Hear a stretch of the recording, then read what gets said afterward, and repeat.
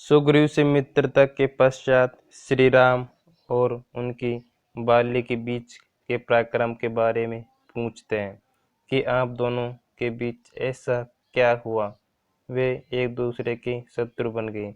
बाली की शक्ति क्या है, उसका रहस्य क्या है।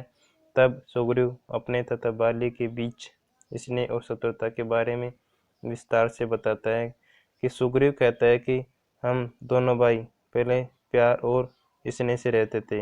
उनमें बाली इंद्रदेव का पुत्र था, जिसमें मैं सूर्यदेव का पुत्र था। बाली दोनों भाइयों में बड़ा था तथा अधिक बलशाली था, जिस वजह से वह किष्किंधा नगरी का राजा बना तथा उस समय सुग्रीव किष्किंधा नगरी के युवराज के रूप में थे।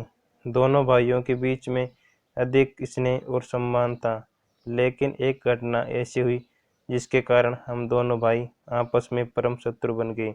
एक बार की बात है, जब एक वायु नाम का राक्षस किष्किंधा नगरी के द्वार पर आकर बाली को चुनौती दी कि बाली बाहर निकल, पत्नी के आंचल में जाकर छिपाए।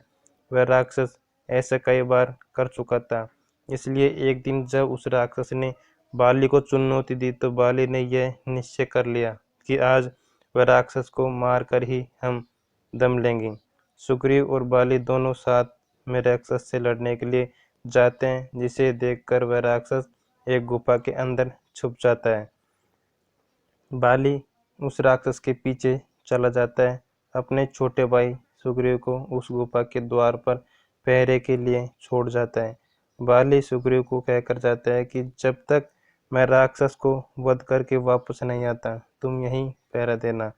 सुग्रीव 1 वर्ष तक उस गुफा के बाहर खड़ा रहा, जिसमें बाली उस राक्षस को मारने के लिए गया था। एक दिन अचानक गुफा के अंदर से लहू की धार बहने लगी। सुग्रीव यह समझता है कि राक्षस ने बाली को मार दिया और यह रक्त उसके भाई बाली का है। यह सोचकर सुग्रीव ने एक दिन बहुत बड़ा पत्थर सरकाकर उस गुफा के मुख पर फंसा दिया, ताकि वह राक्षस बाहर ना निकल पाए और किष्किंधा किसी संकट की घड़ी में ना पड़े। बाली की मृत्यु की खबर किष्किंधा जाकर सुनाई। राजा बाली की मृत्यु के बाद उसके छोटे भाई सुग्रीव को किष्किंधा का राजा बनाया। कुछ ही समय बाद एक दिन बाली अचानक लौटा। यह समझ नहीं आया कि सुग्रीव ने राजा बनने के लिए जानबूझकर ऐसी हरकत की है और उसकी मौत की झूठी खबर फैला दी। बाली ने सुग्रीव को बहुत मारा, उसे राज्य से लात मार कर निकाल दिया, उसकी पत्नी को अपने अधीन कर लिया। बाली और सुग्रीव की शत्रुता की कथा